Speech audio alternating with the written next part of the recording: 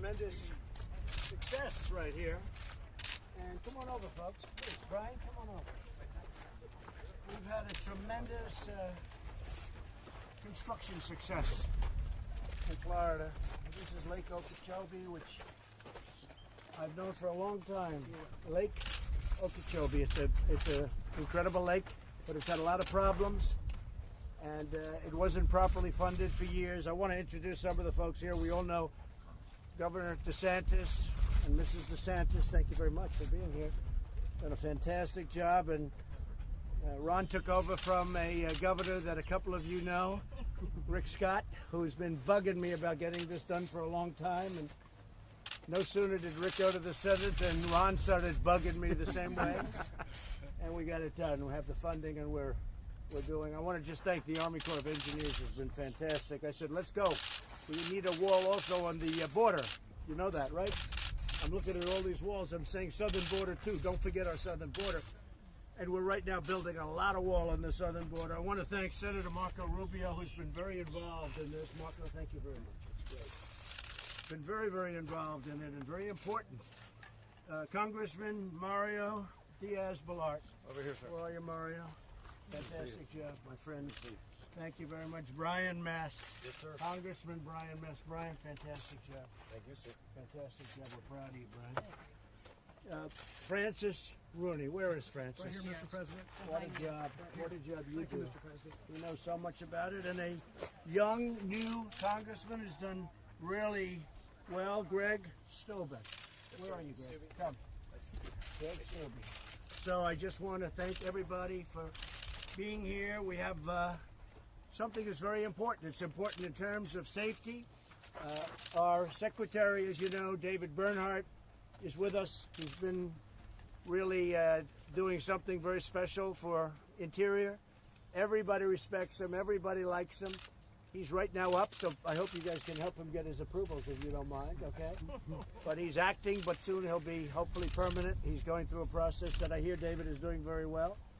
And maybe I think it might be appropriate if I start with the governor. We'll have everybody can say a few words about what we're doing, but what we're doing is very, very important. It was very dangerous, and it's a big project, but it's a great project for Florida.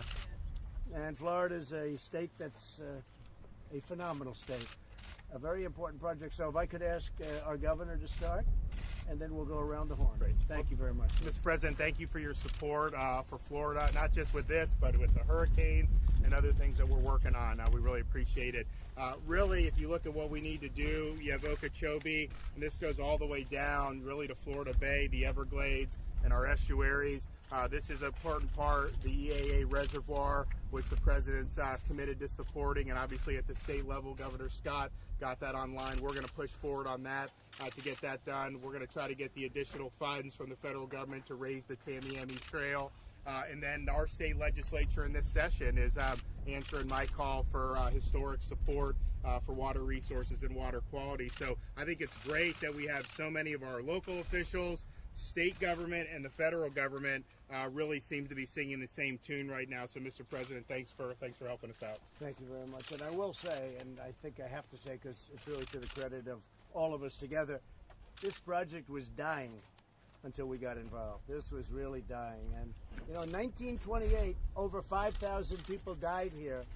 Everything broke, and they had a problem, and the Corps was just explaining, 1928, they had a problem that turned out to be a total catastrophe. And we're making it stronger than it would ever have been, and it's really in great shape. So, Marco, do you want to say a few words? Well, we just want to thank you. This is the most important issue in Florida is water right now, and it's actually the algae blooms and all that are destroying property values and economically threaten communities where people come to have access to the water and they can't go in the water for 3 or 4 months a year because of the algae bloom.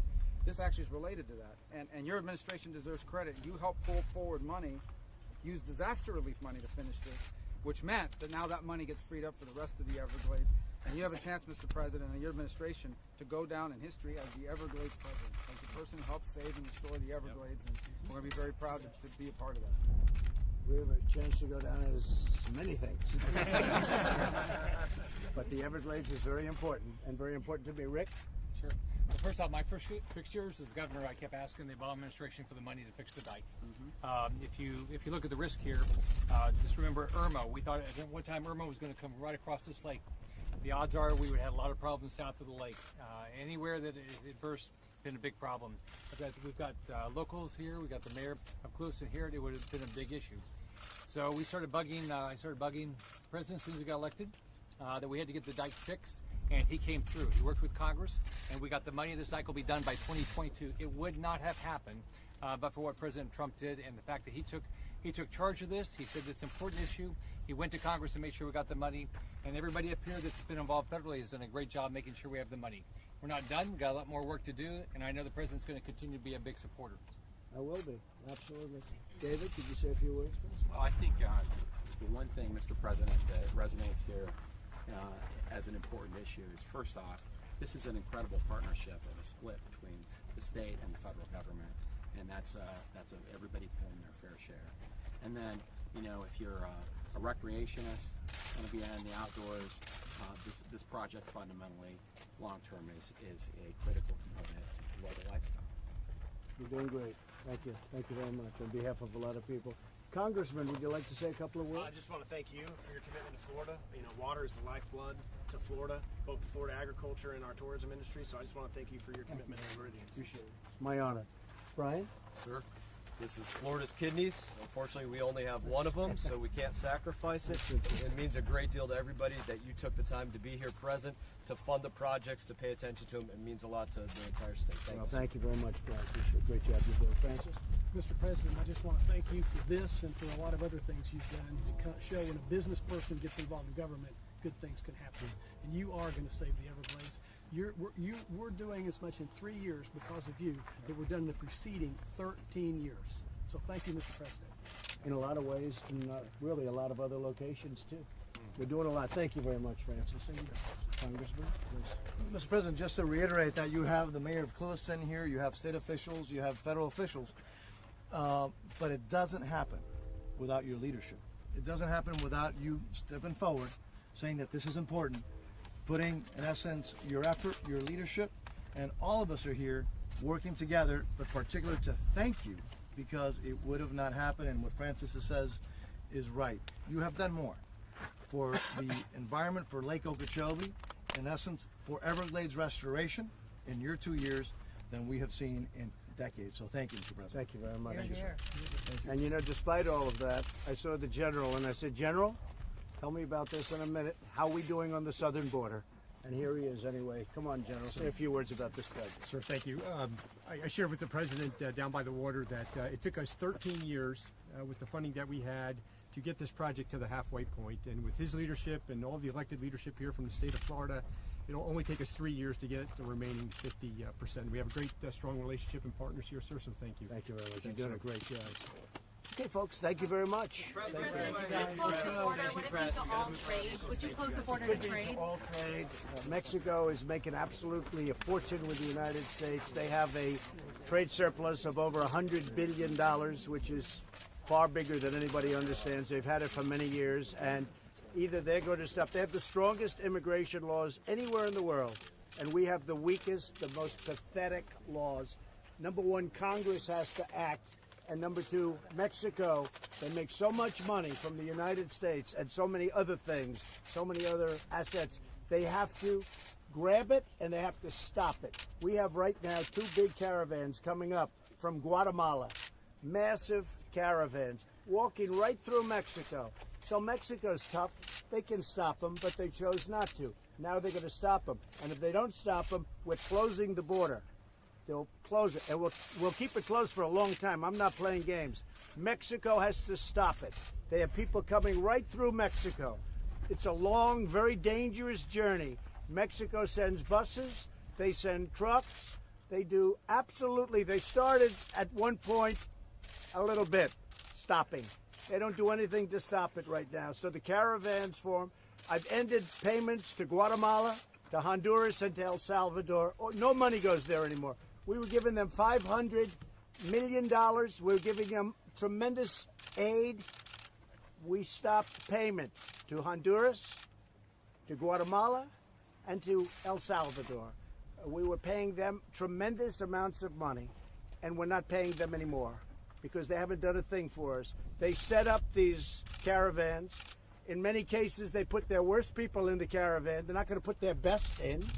They get rid of their problems, and they march up here, and they're coming into their country. We're not letting them in our country. Our Border Patrol, the job they've done is incredible. The job that ICE is doing is incredible. And we have run out of space. We can't hold people anymore, and Mexico can stop it so easily. They don't go through a court system every time somebody steps on our land. You step on our land, welcome to the United States. It's ridiculous. So Congress, and I know you guys are going to work hard on it, but Congress has to fix our broken immigration laws. We're the laughing stock all over the world. People pour into this country. We stop them because Border Patrol is so incredible. But there's a point at which you can't stop them anymore. We have no detention space, no nothing. So Guatemala, Honduras, El Salvador have done nothing. Mexico has done nothing. And I'll tell you something, Colombia, you have your new president of Colombia, really good guy. I've met him. We had him at the White House. He said how he's going to stop drugs. More drugs are coming out of Colombia right now than before he was president. So he has done nothing for us. Okay. Thank you. Right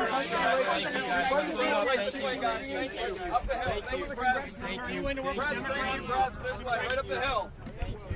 Thank you, press. Right up the hill. Let's go. Press. Press. Thank you. Right up the hill. Thank you. Thank you, press. Right up the hill. Thank you. Press. Thank you very much. Press. Right up the hill. Thank you.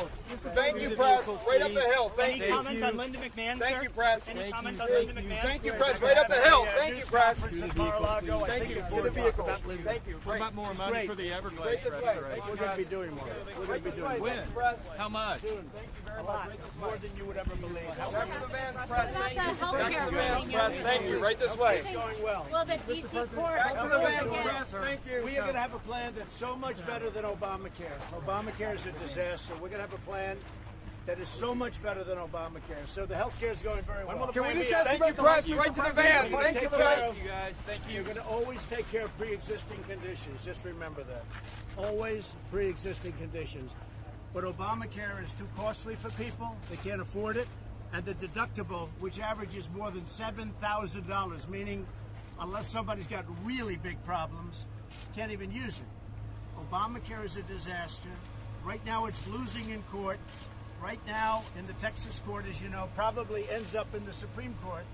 But we're doing something that is going to be much less expensive than Obamacare for the people. I'm not saying government, I'm saying for the people. And we're going to have pre-existing conditions, and we'll have a much lower deductible. So, and I've been saying it, the Republicans are going to end up being the party of healthcare. Thank you very much. Thank you, press. Right to the vans. Thank you, press. Right to the vans. Thank you, press. Right to the vans. Let's load up. Let's load up. Quickly. You guys gotta run. Quickly, press. Let's go. Let's go.